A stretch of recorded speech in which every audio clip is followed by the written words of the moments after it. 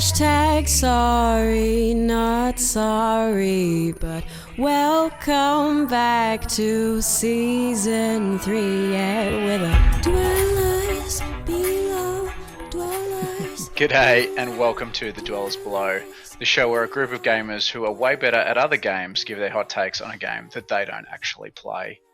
I'm Nick, the father of lies. Welcome back to another show. I have three very special guests with me today. One more special than the others. That is, of course, the man who everyone is here to see today, Lockie Mulchcakey. How the hell are you? I wasn't ready for that at all. I thought it was going to be short Nick over there. Absolutely great to be here, mate. All right, well, you've spoiled it. Short Nick is in the house. He's back, finally. Nick Gentili, Strength 2.5, the man, the myth, the legend. What's going on? The beacons were lit, and shorts will answer. The furnaces in Trace are burning. The axes are chopping. The white lions are marching. And I have returned to the Dwellers Below.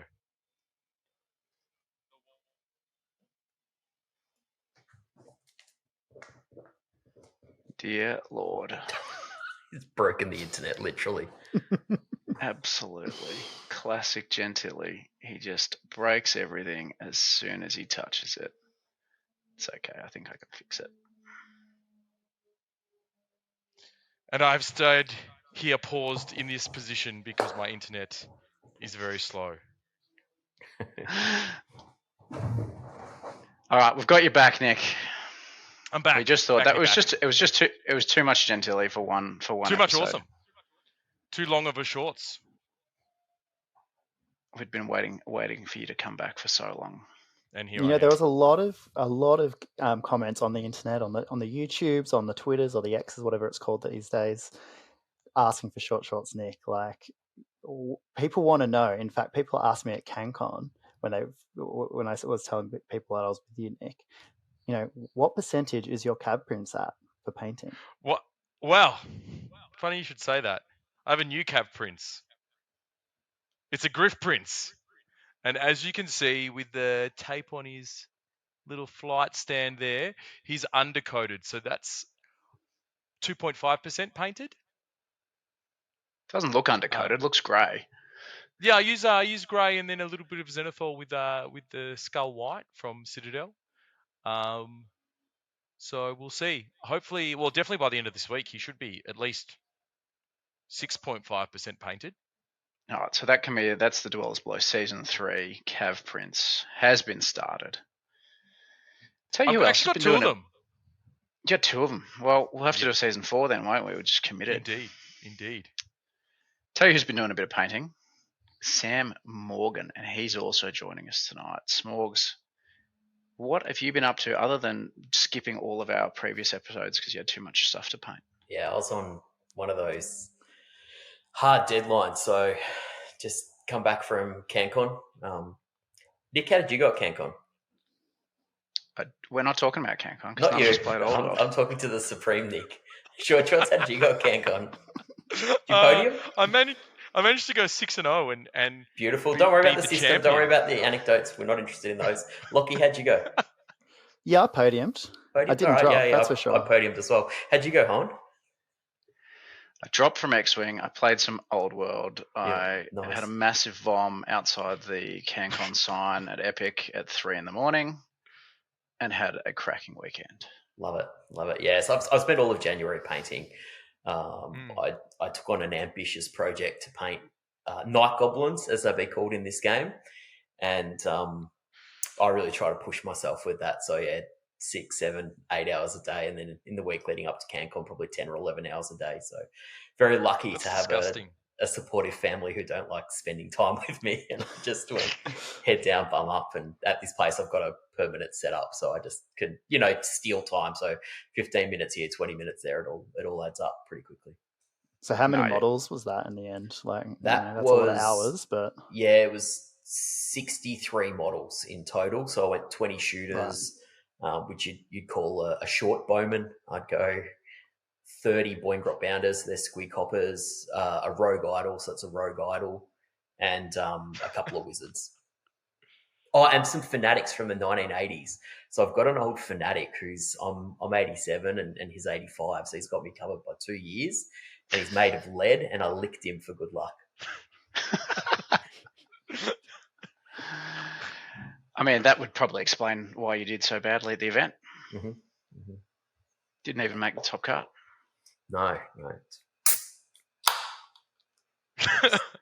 Just on the Diet Coke, no sugar, no can caffeine. opening. The can opening every damn time. Just, I love it. Great podcasting. Great podcasting. All right.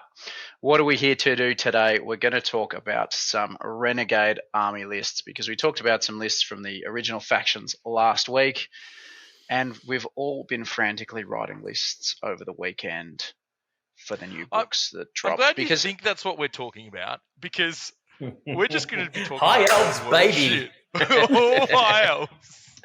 You guys had the chance to talk about High Elves last week, and you didn't rock up to the episode, so... I did paint some goblins though, so I'm happy. I'm happy with my life choices that day. I've been painting some High Elves too, actually. I actually found a treasure trove. So getting back into the old world is like finding your favourite pair of Ed Hardy jeans again and putting them on. It's like, it just fits so comfortably, right? The sequin tiger on your ass. Yep. The sequin tiger on your butt. And I found a treasure trove of High Elves at my parents' place. Mm-hmm. There was I reckon thousands of points of unbuilt, unpainted 8th Ed High Elves everywhere. And it was like opening a Games Workshop and just being able to take whatever you wanted off the shelf. But not it was modern like Games opening Workshop. Vol's valuable vault. That's exactly what it was Safri.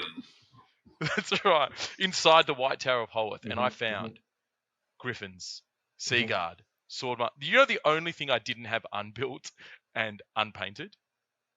White fucking lions. Because I've used them all. They're in all my army lists. I have 100 of them. They're all built. They're all painted, all ready to be used. And aren't High Elves fantastic? I have 10 White Lions if you want to buy them, Nick Gentili, or any listener. I've got a whole menagerie of old world steeds that I'm about to chuck up on Buy Swap Sell. Oh, the actual lions. Yeah, the actual not the lions. white lions. Yeah, the balls. No one I cares was going about to do those. Dragon Princes with lions. But so they'd be lion princes. Yeah, exactly. We're not lion. I'd be lying if I didn't say I had that idea already. I'm starting a tally of how many times you just drag us off topic, Gentili. That's what the listeners are here for. And by the way, listeners, I do not read the comments, so you can say whatever you want. It's not going to get to me. We'll screenshot them and make sure he sees them. Yeah, we will. I read all the comments, so feel free to drop something in the comments if you want to abuse Gentili or purchase models off Sam because he loves selling stuff. And comments on our list ideas. Most of the comments from the last episode were haranguing Dave for A, being a cheesy git, B, having multiple mistakes in the army list that he chose to do for the show. So if you'd like to do that, feel free, get into those comments. A massive thank you for everyone who has commented, everyone who's been liking and subscribing to our channel. It's we've cracked 500 subs in the first couple of weeks, which is massive. Like, couldn't be more impressed with everyone who's gotten involved with the channel. We didn't expect nearly that much uptake. So, like, our episode numbers on YouTube are above anything they were in 8th edition or Age of Sigmar. Can I just say... So people stoked. are watching us. They are watching us. Yeah, that's what they're we're watching filming. you right now. That's why Can I just say that I think that slated the hype for is real. Like, going around CanCon, like talking to a bunch of people playing different games. You know, obviously there was 60 people or so playing 6th edition still, but you know, even people playing Kings of War, people playing Age of Sigmar. There's a few of the guys who played Marvel Crisis with us, with Nick and I over the weekend. Like, I was super keen on getting into the old world. So, you know, I reckon it was a bit of the last hurrah. I think I'm really keen for CanCon next year. I reckon we'll easily crack 100 people, if not 150, and really start rivaling Age of Sigmar, which has obviously over the last few years grown into probably the biggest event in Australia. Well, me and Nick have both won the AOS GT at CanCon, so we've clocked it. We've retired. We've put our SNES away in the cupboard. We'll get the N64 out now. Nah, I only got a second place. You pipped me with your win on the weekend. I know. I was throwing that to you. You got me. You got me. No, I've won the Kings of War one, but I didn't win the AOS one. And I won 6 Ed last year. I just didn't do quite so well this year. All right. Well, I think we're all going to be there next year at CanCon playing Old World. I think almost everyone in the cast we've already had cousins talking about coming over for it. So I've got to touch there's some definitely some hype. There's definitely a lot of keen beans. So we're going to talk about some lists today. We're going to, like in classic Dwellers fashion, we recorded an episode last week about some lists that we wrote, and immediately the day after, before I had a chance to finish editing it because I had some issues with the editing, GW released the Renegade factions, and everything we were talking about was not out of date, but slightly behind the times. So in true Dwellers fashion, we remain behind the times, and we're going to talk about the news from last week. So, Renegade factions. We're going to start with Lockie's list, I reckon. So, Lockie, take us through the list that you've written. I'm going to look it up right here on my phone. Sure. Here we that. go. It's I'll being even shared chuck now. it on the screen. Thanks. Yeah, I mean, and so full disclaimer, I actually never played ogres in 8th edition. I painted up a 6th edition army of them over COVID, so played a few games with 6th, but certainly I'm not like a ogre aficionado at all. Weren't they shit in 6th? They were particularly shit. They were pretty bad. A lot of their good models, like Mornfang, Iron Blasters, those kind of models came out in 8th edition. Thunder Tusk, Stonehorn. They had. That's right. What's the range? Just a couple of infantry units. Yeah, that's right, and that's why pretty much my list is kind of a lot of bulls. I do think bulls are better now. I think so. I really wanted to put a hunter in there. I think the hunter's all right. You can get what I really like about the ogre list at the moment. It does seem a lot of customization, so that you can put a lot of units with, say, Vanguard and Scout, or even Ambush. So I really wanted a few units there. So I've got the Hunter, I've got the Yetis, and I've got a couple of Saber Tusks there, all with Scout. So what the point? Hopefully getting into people's war machines. I think there's going to be a lot of gun lines early in the meta. Put that early pressure on to the high elf gun lines. That's kind of my thinking there. And then I wanted a couple of hard, fast units like the I think the Mornfang Cav is really good value. I mean, it doesn't take a rocket scientist to figure that out. That Monstrous Cav are probably going to be good in Old World. But so I've gone 2 units of 2 Mornfang. I mean, they've got the Iron Fist and the heavy armor, so they've got a 3-up armor, which obviously isn't quite the 2-up armor they had in 8th edition, but I think the 2-up armor in Old World is going to be pretty rare. They've only just got a.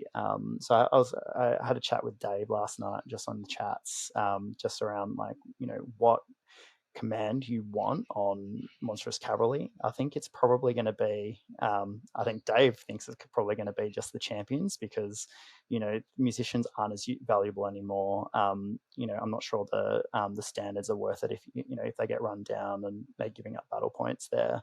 So, but with the champion, it's going to force people to direct attacks against them, and hopefully there'll be a few wasted attacks here and there. Plus, obviously, you get the extra attack. I've got 3 units of 2 lead belchers. I'm not really sure what the correct configuration is here, but I'm not sensing that there's heaps of value in putting bigger units of lead belchers, because obviously only the first rank can fire. So I kind of, in theory, like the units of 2. If I had the points, again, I'd probably put a champion in there, because that gives +1 ballistic skill, an extra and an extra attack. So it remains to be seen if lead belchers are going to be good. They're a lot different than they were in 8th edition. They've only got 1 shot each, and so the solid shot, I think, is strength 5 and armor piercing 2. And the nice thing about them is that they're multiple wounds 2, I think. So it's going to be scary against other monstrous cav. Hopefully ping a wound or 2 off, or a couple of wounds off some of the flying monsters that are flying around. And that's where the Iron Blaster comes in. Again, I'm not sure, like on face value, I'm not sure if the Iron Blaster is actually worth it. It's getting really expensive up there with 185 points. Cannons, I'm not sure if they're going to cut the mustard with D3 plus 1 wounds. I'm looking at things like Chaos Dragons with 9 or 10 wounds and a 2-up or 3-up armor save and a 5-up ward save. So plinking D3 plus 1 wounds off that doesn't seem I'm just not sure. Like I do need to put it on the field. What I do like about the Iron Blaster though is that it does have a breath weapon if you're getting up close, and it does have first charge. So I believe that will knock off rank bonuses. So if you can get some sweet combo charges with the anchor of this unit, which is the big unit of bulls with a tyrant. So the tyrant's got is probably going to be the big damage dealer in this list. It's got the tenderizer, Talisman of Protection, and the Charm. It should have the Charm Shield in here, which is just Oh no, I changed that, didn't I? Tenderize and Talisman of Protection. So it gives you a 5-up ward save. Tenderize is the big bad two-handed weapon that gives you D3 plus D3 wounds. What you want to do is get lots of combat res by challenging out champions or low-level characters. I've got the bulls there with the war banner. So again, I'm hoping I'll probably run this in ranks of 3. So it'd be 3x3 with the tyrant at the front. And then lastly, we've just got the butcher there. I think you need a mage there. I really like the Hellheart to put pressure on other wizards who, if you're taking 2 or 3 wizards, you're going to be worried about that Hellheart for a round, which basically, if you roll a double on a cast roll, and I think maybe a dispel roll, you miscast, which seems pretty spicy, and people have to be careful around that. And I like the Ruby Ring of Ruin for an extra fireball in there. So that's kind of the list. I'm excited to run Yetis. I think they seem a bit better than they were in 6th and 8th. They've been historically terrible. So I like them having Scout. I like them having the Swift Stride. So that's the list. Tell me why I'm wrong, guys. Tell me why your list is gonna shred what through I want to this. know, first and foremost, Sure. is what is the name of your general? Where does he come from? And why is this army following him? He really, really, really likes killing white lions, and he's fostered this community in the ogre kingdom that they really like to kill white lions. So they every Thursday night they go down to the gaming arena and and hunt for some white lions. Yeah, that seems legit to me. Next question. Next question. I want to talk about the Iron Blaster because you mentioned something about the cannons and the D3 plus 1 wounds, and I've seen a lot of this. A lot of people are like, oh, it does so much less damage. It's D3 plus 1 wounds. Like your average on D3 plus 1 is 3 wounds. Your average on a D6 was only 3.5. So they're only doing that half wound less each shot, and they're actually going to be a little bit more consistent in that. Yes, sometimes they won't do 5 or 6 wounds, they will never do 5 or 6 wounds, but they're never doing 1 wound either. Sure.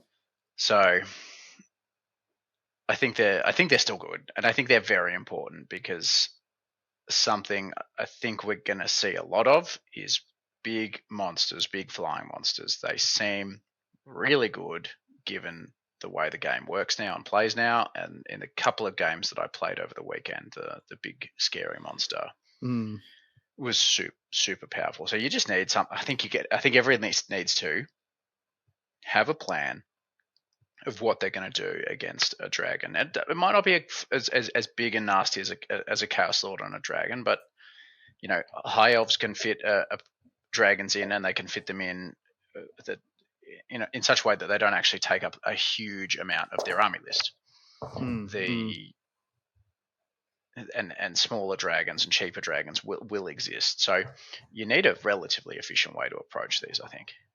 I agree. I think you need to be able to put pressure on those big boys. I think the consistency is a big thing for when you're shooting at non-monsters. So things like monstrous cav or ogres are going to hate seeing these iron blasters or just cannons in general, because it goes like in 8th edition it would stop if it didn't kill you, but it keeps going through all the ranks. Same with things like Pegasuses or Griffins that don't have as many wounds as the big dragons. But that's why I mean, so Chris sent a list last night, with a bunch of phoenixes and some dragons and things like that. So an old iron blaster, there was a good chance, not a super high chance, but you could just one shot those things. You can't just one shot them anymore. So in terms of a risk reward thing, like you can, like a big dragon now can, like, I think can probably wear a turn or two of these things if they get into if it gets them into the right spot. But then it's obviously up to the player, like in this case the ogres, to make sure that they can't land in very juicy spots and then have one turn before they get in. Just Would you agree? Just roll 6s on your damage roll for Armor Bane. Yeah. Well, Armor that's Bane and 3 wounds. Well, that's the other thing, +1. right?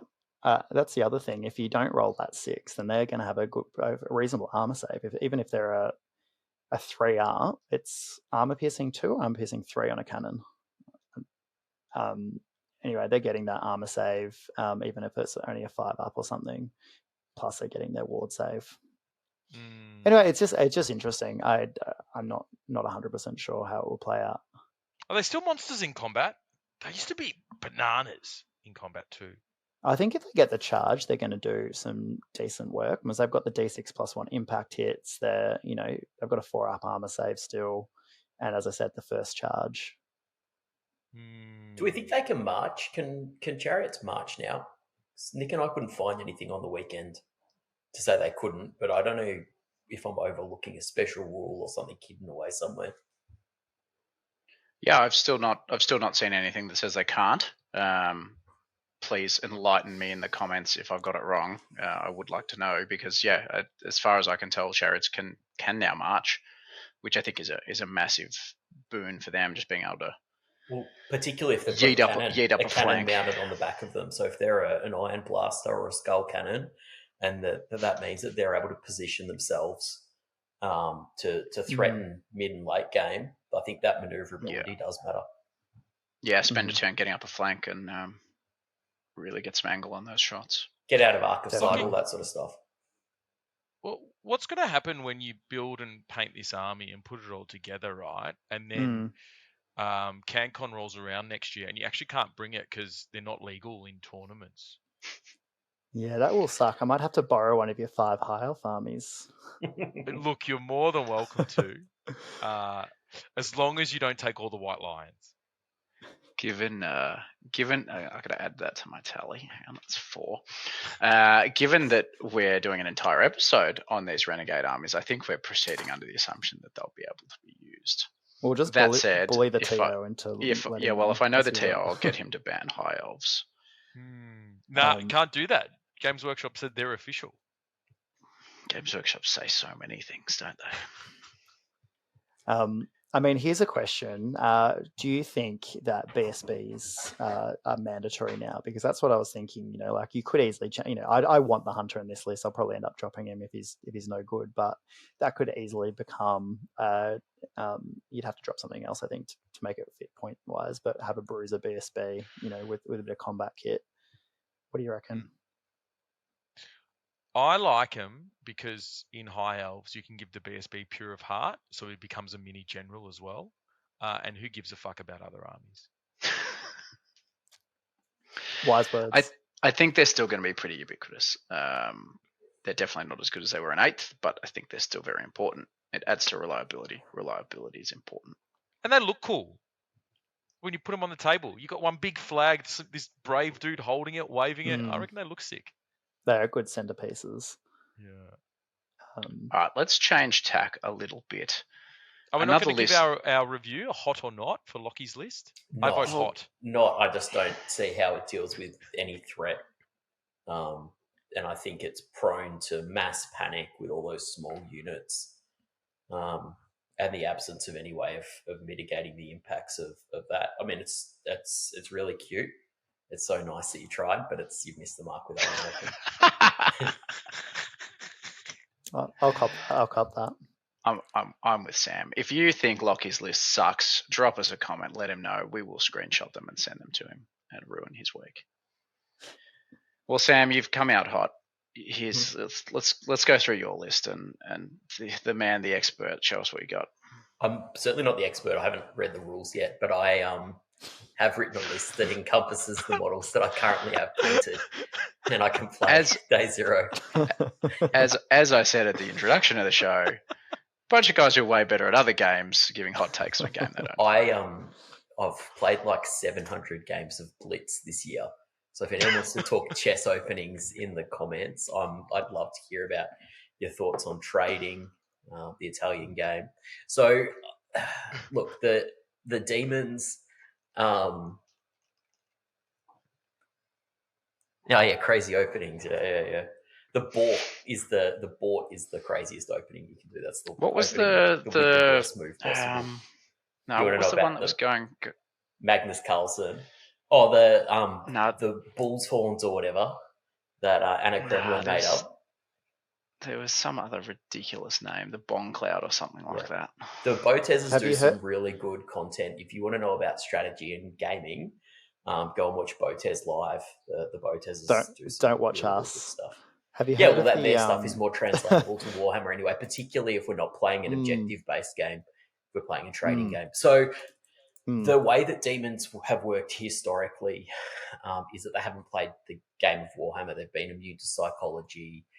They've had ward saves, so they've been able to work their way around high strength they've and been armor fucking save reduction. bullshit.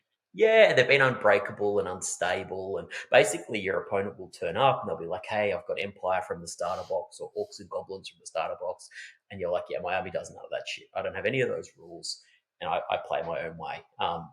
And also I have this Reign of Chaos table that just takes your models off.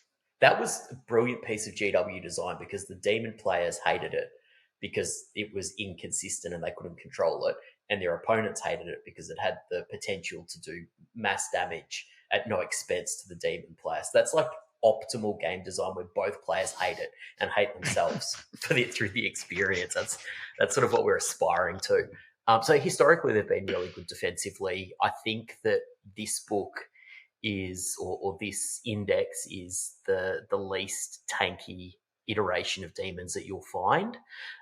They've lost the 5-up ward and instead have like a 5-up ward against non-magical attacks. And then they've got one of these special rules, warp spawns, and that's that you can't use your save against is it flaming or magical attacks. They've doubled it up so that previously you'd have a workaround where if you had to, for instance, you were fighting against like the Trickster Shard or whatever, you have to reroll your wards.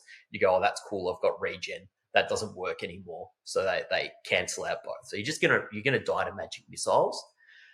What else? Yeah, so they cause fear still, which I think fear is way better now with the changes to BSBs that you guys have already spoken about. And otherwise, they've really limited the extent to which you can build a soup list. So you choose your general. That general is given a god, a mark, and then that determines what's battle line and special, or core and special. And then rare is whatever's left over, and skull cannons are the only true rare. So regardless of who your general is. I like that from a fluff point of view. Yeah, it's cool. For me, I found the fluffiest non-Nurgle units that I could add in that had the best synergies with my army. So I'll run through the list and then I'll talk through how it sort of works in theory. So I've got a Demon Prince. He's a level 4 on the Law of Demonology. I thought Demonology on first read looked like top 1, 2, 3 laws in the game.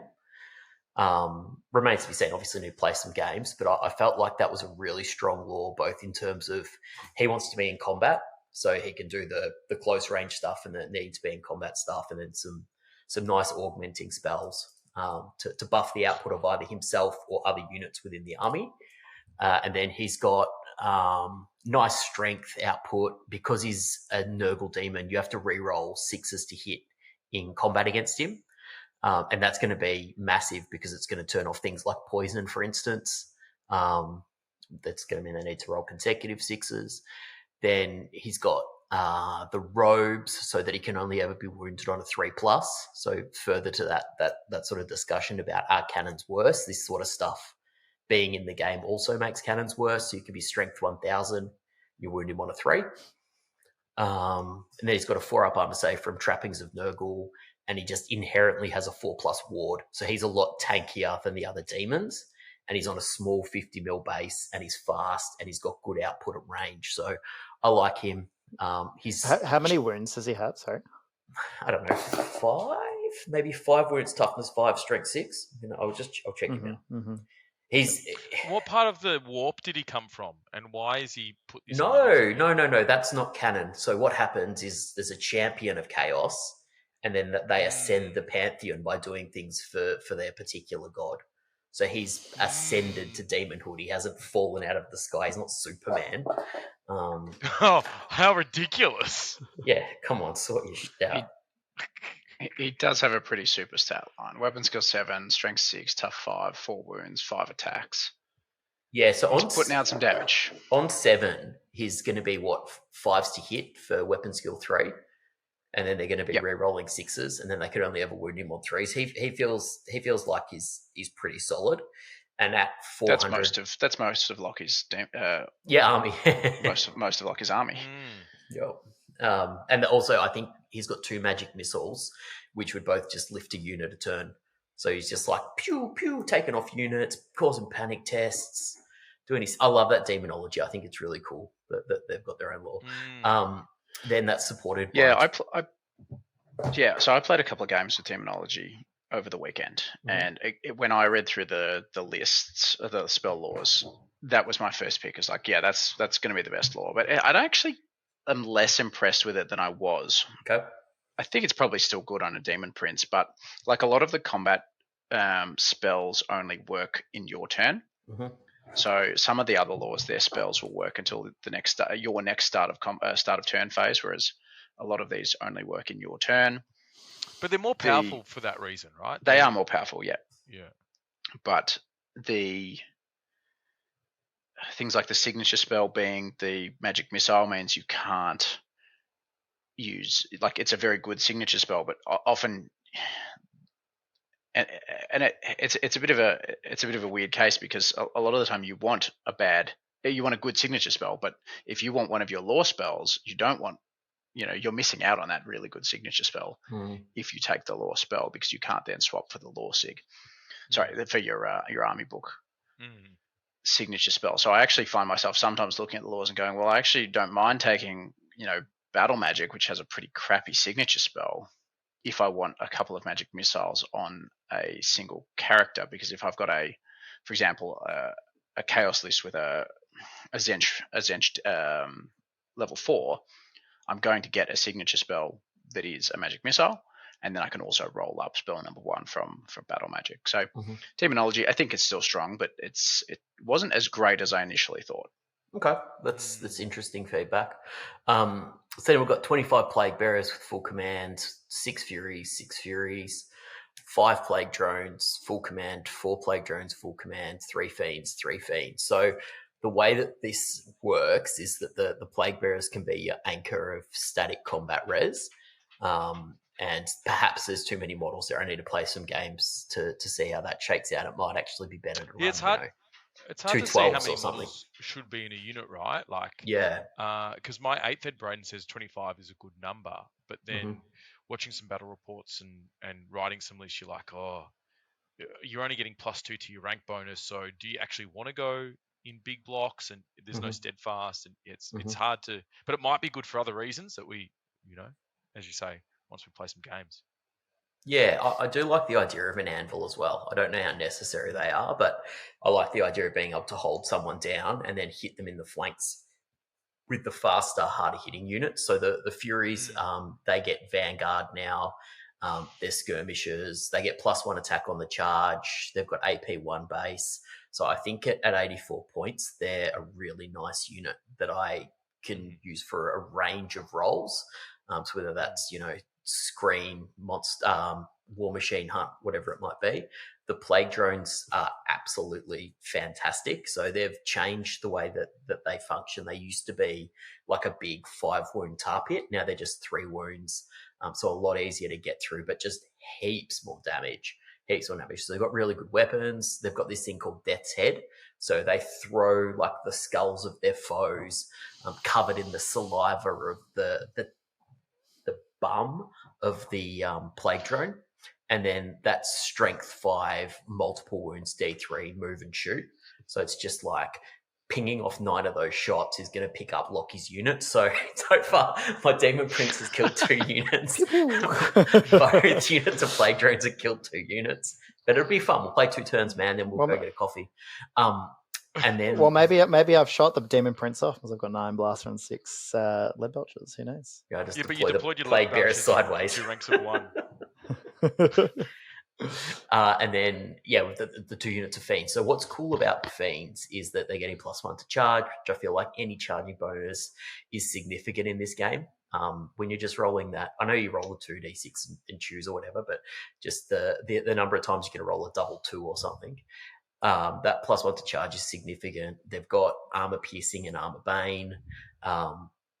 They've got 4 attacks each. They've got like a really high damage output. But most importantly, if you're in base contact with a fiend and you have strike first, that rule is turned off. And if you're in base contact with a fiend and you do not have strike first, you gain strike last. So what that does is it means all my low initiative Nurgle stuff gets in there and gets to fight before you. And the number of attacks coming out of a unit of plague drones will just lift the front rank. I can't foresee many units that will survive that and be able to strike back. So that's nice. And then you have to maximize models getting into combat in this edition. So the plague drones being skirmishers means you've got the option of going 3 in the front rank 2 or 2-2-1, and you're flying around, and then you just clip a corner with your fiends, and then they're not getting much strike back on them at all. Or the other option is, because the fiends you can run as a 2 and a 1, you can then swing them around flanks. So they're movement 9, they're getting +1 to their charge, and you get as small a frontage as possible. So you change the arc that you're coming in on. And they're the only models I don't have painted yet. I'm going to do the fly head. The spawn box? There's a fly head, like a fly head on something. Yep. I've just got to work out what, because everything else I've still got from like painted and based already. So I'll just chuck it in the freezer and then move it on to squares. Sounds disgusting. Lockie, what do you do against this?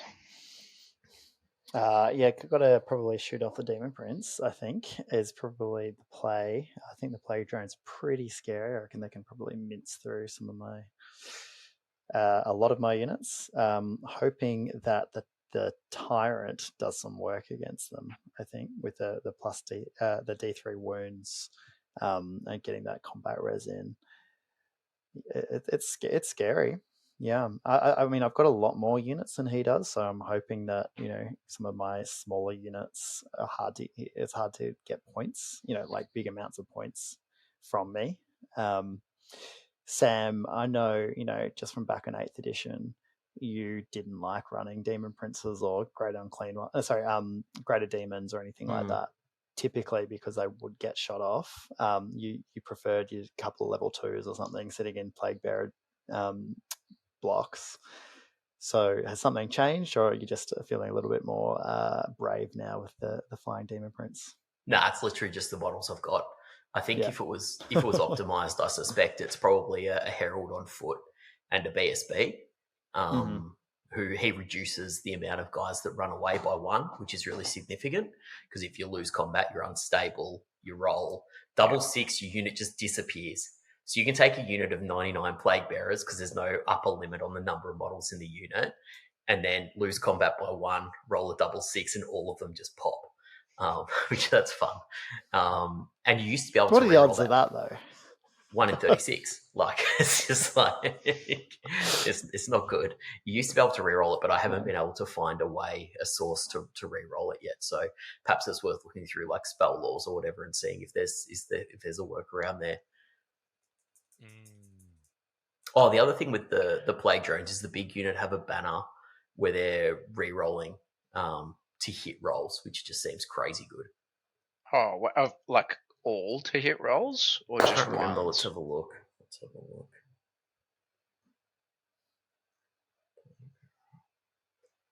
I got it here. Hang on. Nurgle. I've just been immersed in Seeping to play.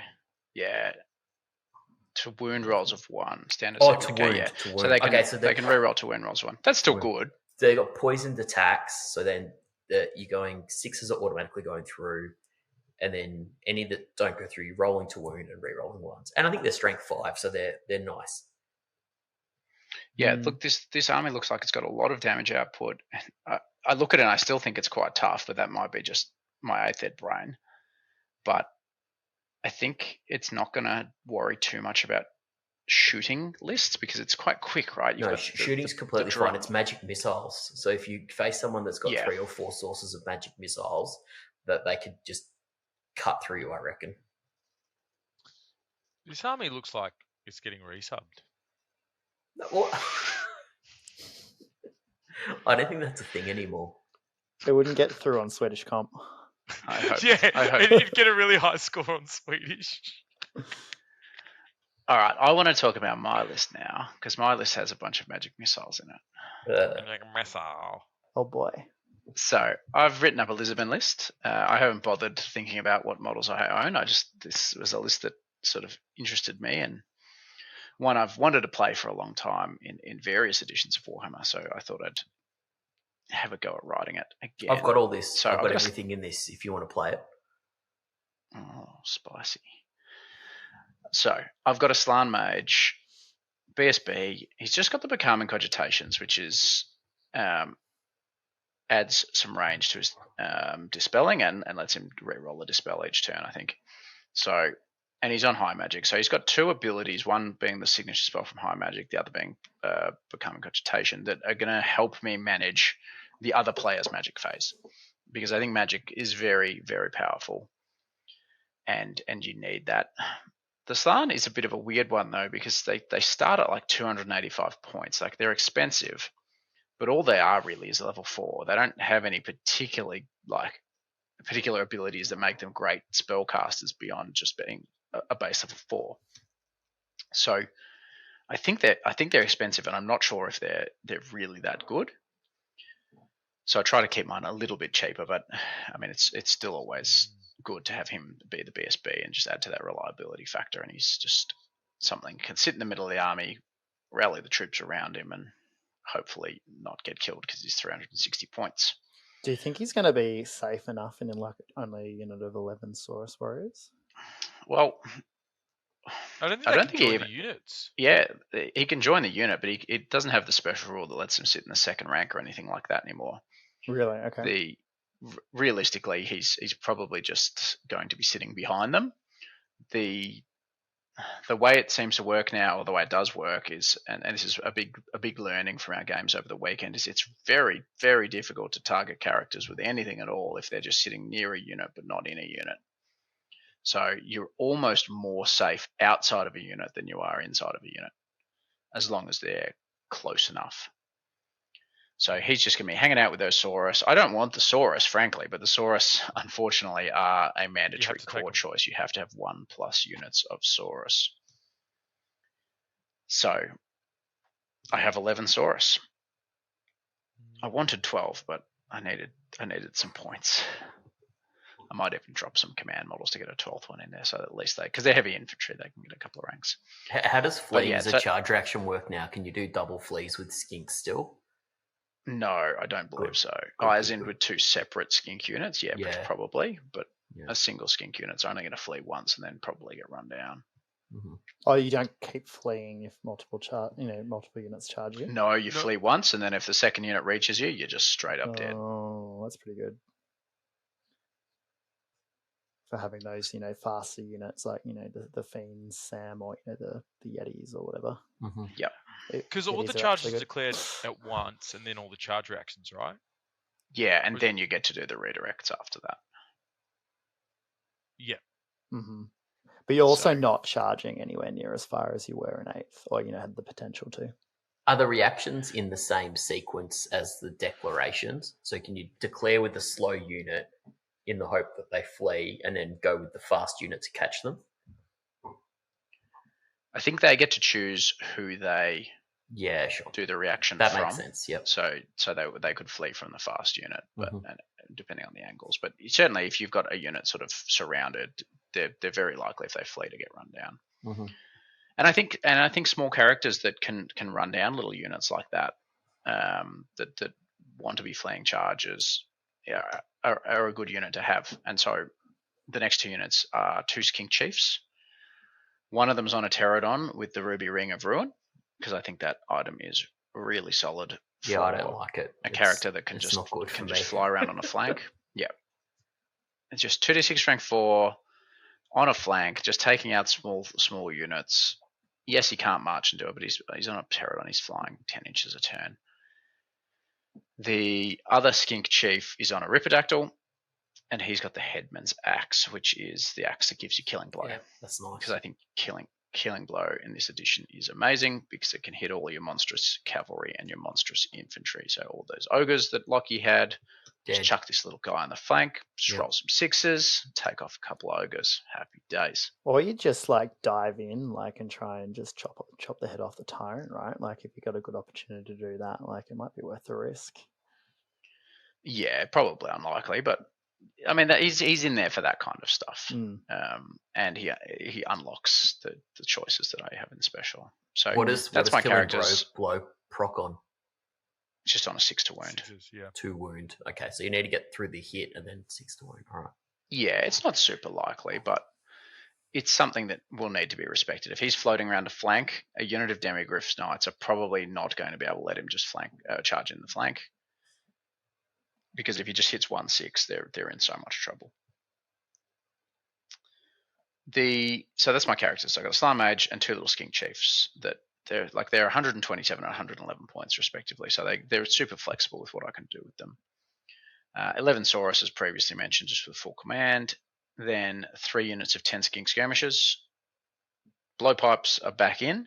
Blowpipes seem a lot better than Javelins now, which continues the Lizardmen tradition throughout the editions of switching every edition between Blowpipes and Javelins being the best option, which is very annoying because I have about 80 Skinks and they all have Javelins.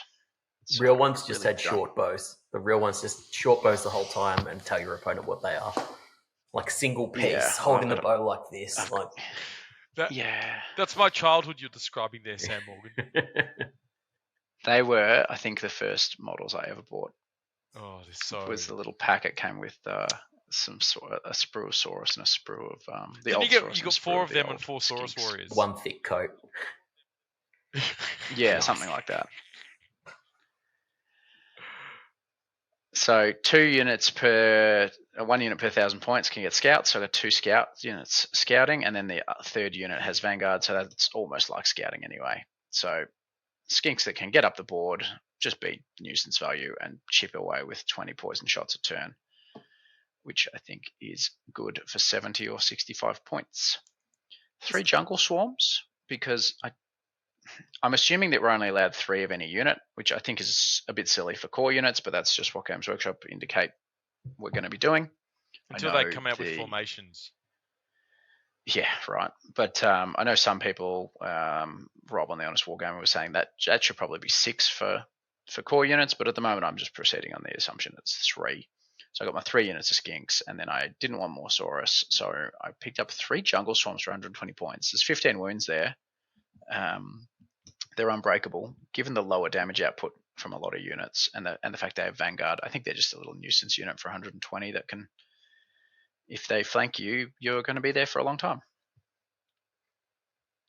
Then into special, 4 Ripidactyl Riders, 3 Ripidactyl Riders, 3 Pterodons, 3 Pterodons. So a bit of a flying circus. Just going to, huge threat range. I don't know if they're they do enough from a threat perspective, but I guess that remains to be seen. But against shooting armies, there's going to be, they're going to cross the table pretty quickly with the heroes in them as well. Should be able to attack first, wipe out a decent proportion of a front rank, especially with the Ripidactyl riders, with the toads giving them +1 attack against certain units. So they'll have 4 attacks each for the Ripidactyl. Do the pterodons still throw like rocks onto people as they fly by? They still get to fly over people and drop rocks. Mm-hmm. They're such nice models too. The ones that came out with 8th. Yeah, they're lovely. If you can get them all to rank up, though, right? The wings are very expensive. Just put them on big bases. Aren't they all on bigger bases now? Nah, they stay on 40s, which is nice. You got to work with their heights. So they come with 3 different flying stands, and that doesn't work. So you need to build up the bases on some and have others flying particularly low. Good tip. Have you seen my rippers? To round out, Sorry. I have. Sorry, 2 nicks. Have you seen my rippers' inferior thighs, Nick? That's your short shorts. I'll send you a picture. Go get them. I'll send you a picture. Go pull them out of the No, they're in the garage. Right. Out there. Because that would be fantastic podcasting. For the they can see us looking at our stuff. Hook me up, bro. Facebook chat. I'm counting that as another. I'll add that to the count of gentilly changing the subject. That's what the listeners are here for. Put it in the comments so I won't read it. Rounding out the lists, 1 Bastillodon with the Solar Engine, which is a pretty strong magic missile. I think it's bounce per level 2, and it's like 2d. It's like d6 +3 strength 5 hits or something like that. It's a little bit scary. Yeah, Bastillodon. Sorry, 3d3 strength 5 hits with AP2 and a range of 24 and flaming. So he's not great in combat, but that laser beam is pretty scary. And then the Ancient Stegodon is similar to a Bastillodon, has the Engine of the Gods. So it's also got a magic missile. This one just a classic 2d6 strength 4 hits.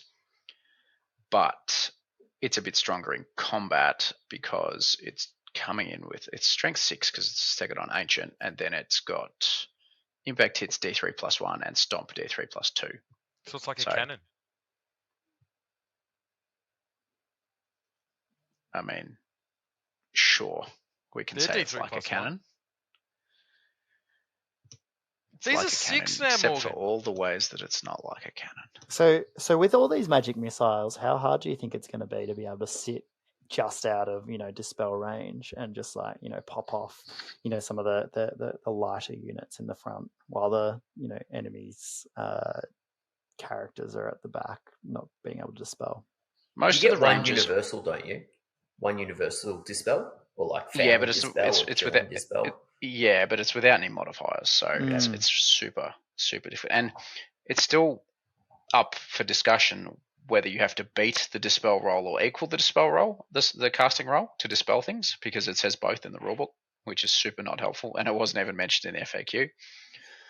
So we played I think we played our game saying you had to equal the casting roll, but I think that was more just because that's how we're used to it. Certainly I've seen people playing that you have to beat the casting roll, so it makes unbinding very difficult. These. Well, AOS is you have to beat it, right, Sam? I just beat everyone, mate. I don't know. I wasn't really listening. You need to beat their casting roll. Yes. Yeah. Equal isn't good enough. But in AOS, they have power and dispel dice. We don't have that in Old World. But like to answer your question, Lockie, I think most of them are pretty short range. So I'm not going to be able to sit outside dispel range to do it. But it's going to be a case of potentially trying to get a Pterodon unit into their level 4, like in combat, and then they can't dispel for a turn. And so if I can sort of charge out a unit into them, lock them down for a turn, no dispelling, step forward and put, what have I got? 1, 2, 3, possibly 4 magic missiles, and just start wasting some units. But yeah, pretty maneuverable. A decent amount of range damage. A couple of sort of combat units that can sort of do counter punches and stop people just running at me. And I think looking at the other lists we've looked at, I don't want to play. Well, I mean, I'm probably okay against Sam's list I think we because of the both don't like magic the matchup. missiles, and I'm quite happy to play Lockie's Ogres. Yeah, I'd be scared of this. Is there anything you're not scared of? True. I mean, there's nothing big. There's no big blocks. I mean, and this has kind of been the theme, I think, with like, just listening to you guys last week on the cast. There's a lot. It's very MSU. There's not like big blocks that, in terms of like big point sinks for people to go after, which it's just a different type of game than 8th was, I think.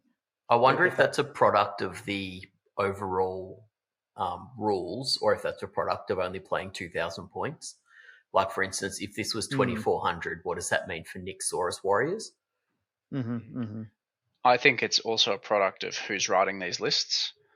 Like, I've always run sort of MSU armies. Like, looking back, the guys who were on last week, a lot of them like maneuverable lists that hit hard where they need to hit.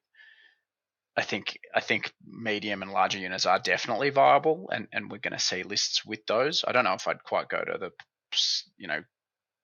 extent of taking a unit of 8 Ogre Bulls, but I think some armies will have bigger units, and it might be a bit of a confirmation bias that all the Dwellers lists are just MSU jank. I think that maneuverability remains as like one of the key ways of playing and the key ways of winning, and being able to manipulate the movement phase. So perhaps if you've got lots of smaller units, you're able to do that to a greater extent. 100%. Yeah, I don't disagree. Well, Nick, chat us through your list, because you've gone a bit different. You've gone a bit of a mix of larger units and smaller units. Yeah, I'll be honest. I read the PDF for about 5 minutes and then just tried to recreate my 8th Dark Elf army to see what it looked like. You're so fucked. So I put it. Well, I've got a really nice cauldron that I painted up for AOS, which is now going to get rebased onto a big rectangle base, and I'm going to unbase my 30 Witch Elves, which I rebased onto circles. I'm going to put them back in squares. These ones here, Jesse's girls. So it starts off with a Death Hag. She's got 2 hand weapons. She's on a Cauldron of Blood, and I've given her Witch Brew. I wasn't really sure what magic weapons to give her, because I think she hits pretty hard with Witch Brew. You weren't sure which magic weapon to give her because you haven't read the magic weapon section, have you? No, that's not true. I did read the magic weapon section, but I didn't see any that I liked. So I didn't give them to her. I'm hoping that the cauldron actually gives them a ward save, so she's not just kind of out there in the wind. No, it gives them an armor save. It's got a 4-up armor save. Okay. So she's on there, frankly, because the cauldron looks cool. That new model is sick, and I haven't pulled it out of my case for a little while, but I'm pretty happy with my paint job on that.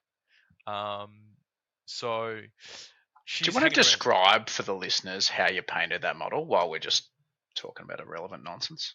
How I painted it? Well, I got my paintbrush and I used a wet palette, and I put the paint on the palette, and then I thinned it down to a nice milky consistency. And then each color I started with 2 thin coats to get a nice base, and then progressively used lighter colors to highlight it over a long period. I actually sub-assembled it too. I painted the stairs. Yeah, you got to. It's a nightmare otherwise.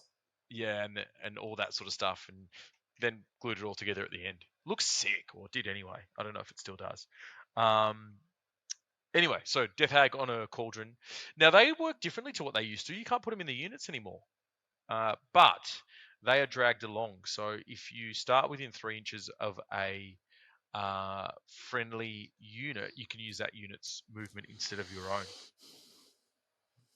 So you put them near harpies and they can like fly 9 inches, or I think so. That's pretty cool.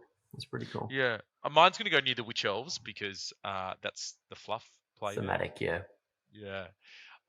Then level 4 Supreme Sorceress. I like the Black Staff. She's on foot. I'm toying around with wizards on foot because exactly what you're talking about before in terms of standing near units is good enough. You don't even have to be in the unit, so there's very little risk in combat.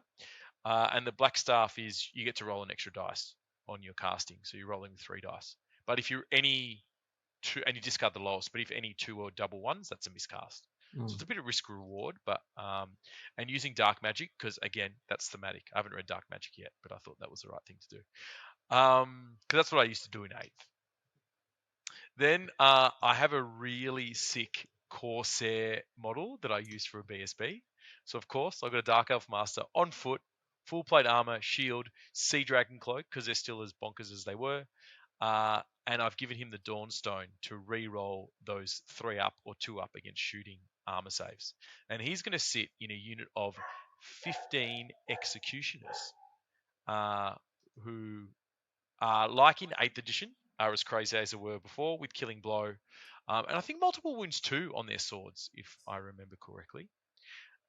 So he's going to sit out in that unit, sitting next to the 30 Witch Elves.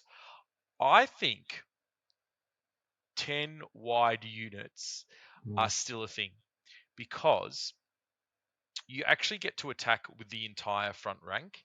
It's just that the ones that aren't in base-to-base contact only get 1 attack. So if you're running 10 wide, you're still going to get a heap of attacks unless they wipe out the whole front rank. Does that make sense? Good. And the Razor Standard there to give them Armor Bane 2. You're going to be rolling a lot of dice. You're going to be re-rolling a lot of dice. 6s to wound, -2 armor save. I used to use a Razor Standard on them in 8th edition. So Do they have poisoned attacks? They do have poisoned attacks. Yeah, that's and nice. They have just volume murderous. Yeah, murderous. They reroll 1s to wound.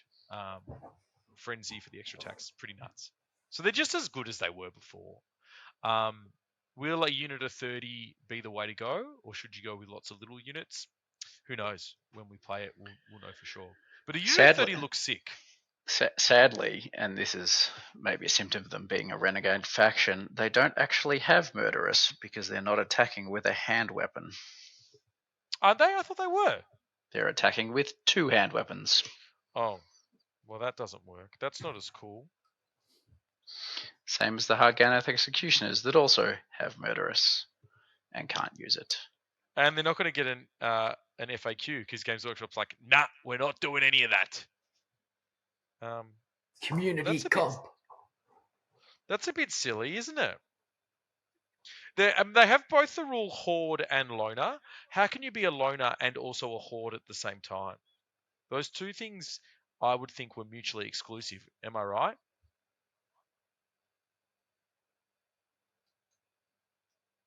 I guess so. Comment below, so I won't read it. Anyway, 2 units of repeated crossbows. Repeated crossbows, just as good as they were. Extra shots, blah, blah, blah. Need some shooting. Can go single shots for more accuracy or double shots for... Which I think statistically ends up being the same, right? You got double the shots at -1 to hit. So it ends up always being the same. No, it's better. It's better because your upper number of hits and wounds you can do is higher. Right. Yeah. So higher ceiling. If you would be on 5s, and like it goes to 6s, Bradley. Yes, it does halve the number of hits, so it's statistically about the same. But if you're going from 3s to 4s, but doubling the amount of shots, you're only losing 16% of your hits. Or no, 25% of your hits, but you're gaining double the amount of shots. So definitely double shot. 3/4 of 20 is better than half of 10. Yeah, correct. I see. If you took that's not even close to how it works, but if you also buffs magic, become more important if you can find them. Yeah, Curse of Arrow Attraction, baby. I don't know if Dark Elves can take battle magic. So yeah, Executioners seem real good to me. The damage to Killing Blow, they seem really, really good. 15, I would go in 2 ranks of 6 and then have 3 hanging out the back for some extra wounds. 15 seemed a good number. I think it looks nice on the table, so that's why I went with them. and then Cold One Knights just for some flanking punch. And then 2 units of 7 Harpies as redirectors, and bolt throwers doing bolt thrower things, helping out the repeater crossbows and in there for the single targets if you need it. But basically a bit of a mixed arms, see what I can make in the old world that was similar to what I used in 8th edition. Yeah, it looks small, but I guess that's what she said. It's worse than Gentilly. That's unfortunate. It's I played a lot of Dark Elves in 8th edition, and it's very weird to not see a list with Dark Riders. 2 or 3 units of Dark Riders. That's where the 400 points went from the 2,400 down to 2,000. That's true. Is there a reason why the Harpies are at 7? Like, is that their minimum now or something? Or no, they were 5s, but I had some points left over and not enough for extra stuff, so I chucked them out to 7. That way I can run them in 4 and 3, or 2, 2 and 1, or 1 by 7 if I want them to go into marching column. I mean, they're skirmishers, aren't they? Yes. But yeah, they were just some spam. I'm glad you spent so much time. I'm glad you spent so much time researching your list and coming up with something innovative and powerful for our listeners to learn from, rather than just picking the models you had sitting on your painting desk and I cramming suspect them this all is probably into the a best list. of the 4. Like the one with the least thought is like, hey, that works. Probably. I mean, it did have a lot of thought in 8th edition, just not so much now. I'd look forward to your 30 Witch Elves, like me putting the 2 Saber Tusks or something on the corner, and then just leading them on their merry way. Because you can't resist frenzy anymore. You have to charge. There's no leadership test. So I think the Harpy is going to spend a long time just flying in front of the Witch Elves. But I mean, that's what they're there for. And then you just shoot the stuff with bolt throwers that are going to lead your Witch Elves on a merry dance, right? Yeah, I mean, like, bolt throwers are just going to do bolt thrower things. They're still good. They've always been good. They will probably be good next edition. It's just elves and bolt throwers are a match made in heaven. Have you got all this, Nick? Yeah, well, I got to rebase the Witch Elves, but yeah. Witch Elves? Those ones there, yeah. Yeah, turns out though, I was doing some maths today because as we saw just before, I'm really good at that. 25 mil 10 wide is actually 5 centimeters wider than previous edition Horde units. So it's actually going to be a big chungus of a unit. It's quite unwieldy. And when they go to wheel, when they're charging something, they're just never actually going to get there. Yeah, yeah. And that might be a good thing given they've got frenzy. True. But at least they'll rank up better than they do on the 20 mils. Oh boy, was that a disaster. Yeah, no, I remember that unit. The old metals worked well, but the newer stuff not so much. Plastic one's horrible. I just rebased a unit of Tomb Guard. They look great on 25s. So I'm sold on 25s. They're great. Yeah, everything looks a bit better, doesn't it? All right, well, let's run through it. Smorgan, what's your favourite? Can't pick your own. Of the lists, yep, yours was the only sensible one. So it's not really.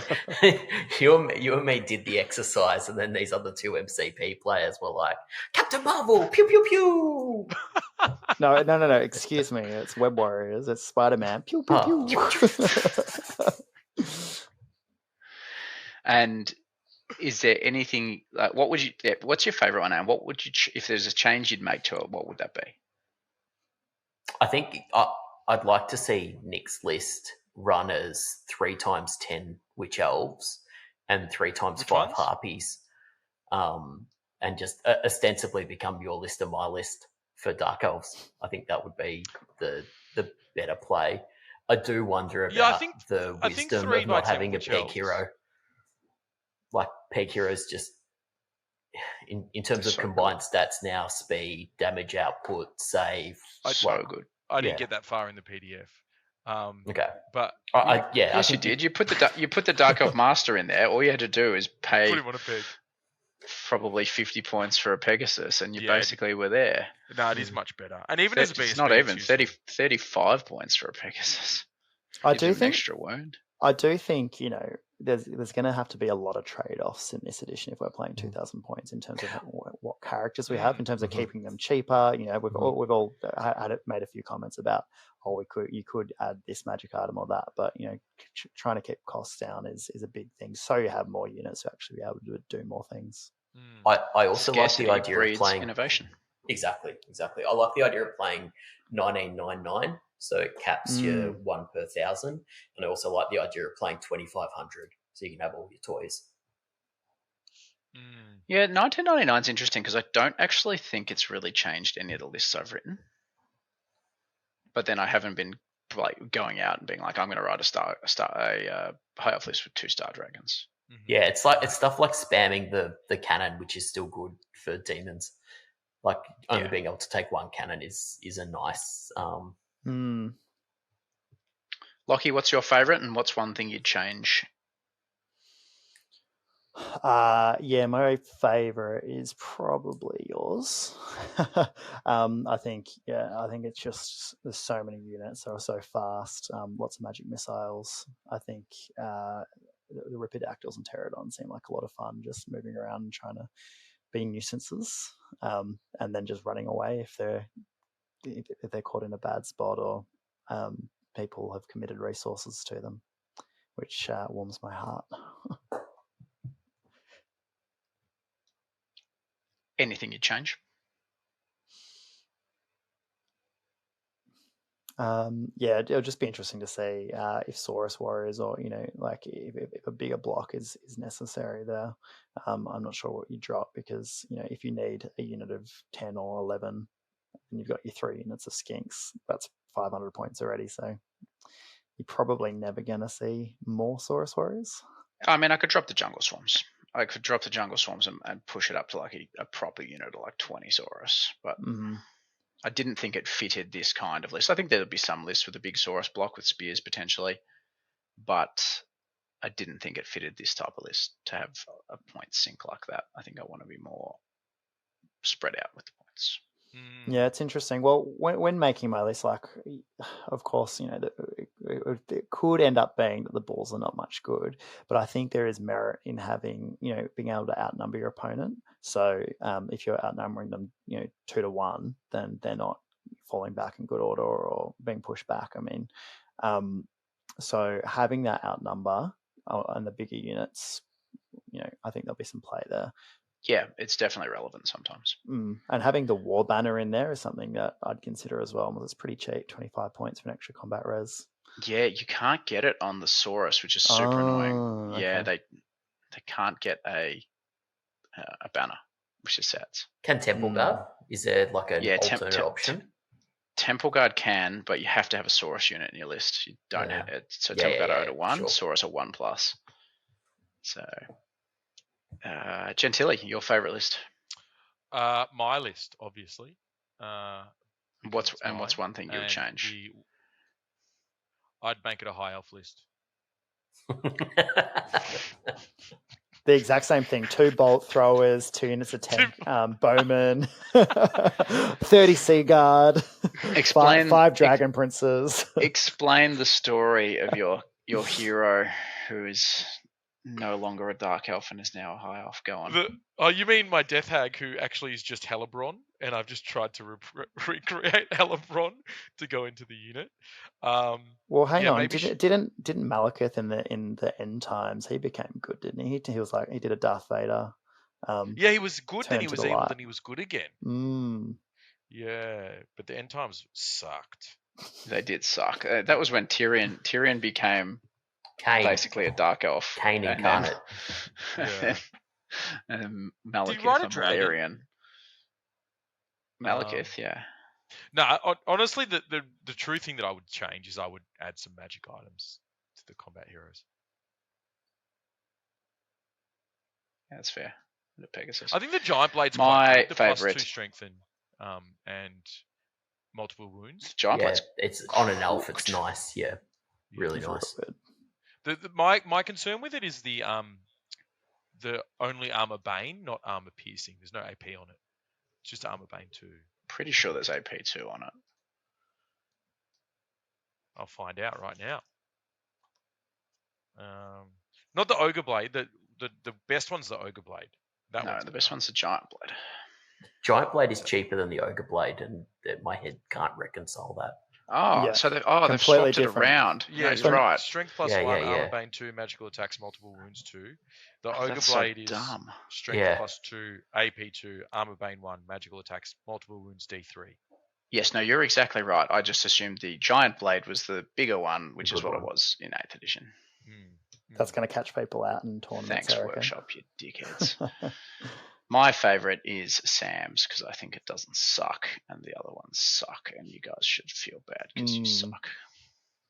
I'll play mine. So I'm going to have some games in a couple of weeks at my place. 17th, I think. Sunday the 17th. All right. Anyone listening? Smorgan's house on the 17th. What's your address? Sunday the 18th. I'll message it to you, Nick. Oh, no, just for the listeners though that want to come. Yeah, it's true. We'll screenshot it and we'll put it in the Put comments. it in the Anyone in comments. I Melbourne, won't read it. they're playing in Limbrook on Friday nights. So it's called Miscast Misfits at Limbrook Community Centre Hall. It's a good club, good venue. I have very strong opinions about club nights on a Friday night. Go on. I just think they shouldn't be on a Friday night. Like Model Citizens is on a Friday night as well, but I've got my own personal club at my house now, so come over and play here.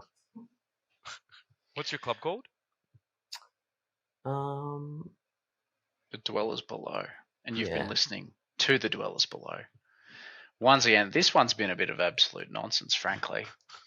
We had that last episode we did was great, informative, some good panel members, got lots of views. I think people were interested in what we had to say, and then we've just brought up this drivel. Careful what you wish for. The people wanted me back. They did. I think they've regretted their choices. But that's it. You get to live with your decisions, people. You wanted Nick back. He's back. You wanted Smorgan back. He's back. Next we'll be bringing back Jabe. Who knows? Comment, subscribe, click the bell for notifications. Visit our Patreon. Check us out on Instagram. Can we start Facebook, a Tale of 4 Gamers? and on Can we X. do that? Or Tale of X I'm down. Gamers? I'm down like a clown. Yeah, because I've just opened my box bag while we've been talking. I've got a bag of boxes, and I can put some cavalry on them. But I want it to be. Let's take that offline. Let's take that Well, I mean, offline because I think it's a we great could, or we idea. could just talk it out now. Yeah, cool. Just commit to it on air. Nothing could possibly go wrong. I'll do Araby. It's not like we committed to doing a Sands. mega cast. We've been the Dwellers Below. Thanks again for listening to our nonsense. We'll be back in a couple of weeks. We've got a few ideas of what we're going to talk about. But until then, don't fail your strength test.